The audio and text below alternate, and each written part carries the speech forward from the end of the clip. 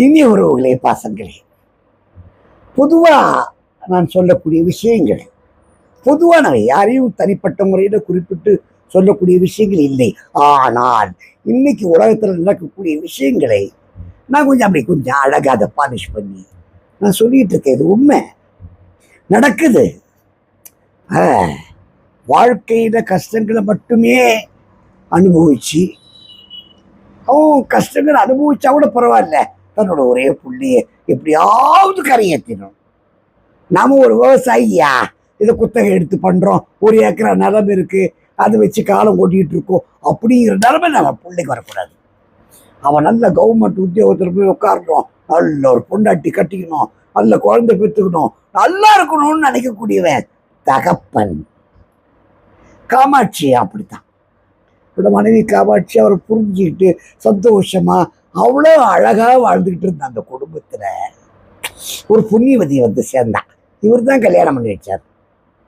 எல்லா கல்யாணத்தப்போ வந்த பின்னாடி காமாட்சி போய் சேர்ந்துட்டான்.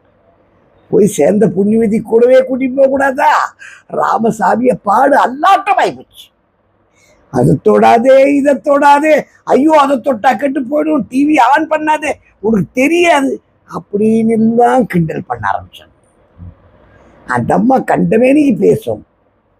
அவன் அப்புறாணி பைய ஒண்ணு கண்டுக்க மாட்டான். அவர் ஒரு எக்ஸ்ட்ரா லக்கேஜ் அப்படின்னு அவனுக்கு உள்ளார ஒரு எண்ணம். எப்படி இது பாருங்க, கால மாதிரி போச்சா.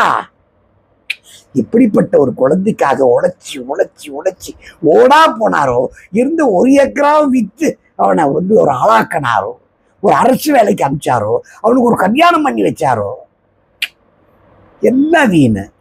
ஆனா ஒரு பையன் பிறந்தான் பாருங்க, அரவிந்தன் ஒரு பையன். தாத்தா கிட்ட உட்காந்துக்கு தினமும் கதை கேட்பான். அந்த மகாபாரத கதை கேளுங்க, ராமாயணத்தை சொல்லுங்கன்னு சொல்லிட்டு கேட்பான். அறிவா இருக்கான். அதான் இவருக்கு ஆச்சரியம். நம்ம புள்ள எப்படி இருக்கு, ஆனா அவன் பிறந்த புள்ள நல்லா இருக்கு. அதுல ஒரு ஆனந்தம், பேரங்கிட்ட கொஞ்சிக்கிறது, விளையாடுறது, ஆனந்தமா இருக்கு அவருக்கு.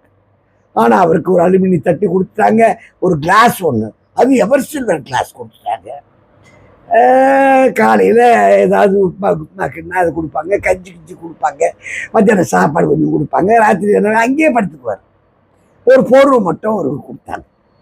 ஒரு நாள் தட்டை காணும், அவருக்கு கொடுத்த தட்டை காணும். இன்னும் பொறுப்பு இல்லாமல் இருக்கீங்க நீங்க, உங்க தட்டை கூட உங்களுக்கு காணாம ஜாக்கிரதையா வச்சுக்க தெரியலண்ணா. பையன் சொன்னான், யாரு பேரன், அப்பா அதிகமா பேசாதீங்க, தட்டு நான் தான் எடுத்து வச்சிருக்கேன், நாளைக்கு உங்களுக்கு உதவாது.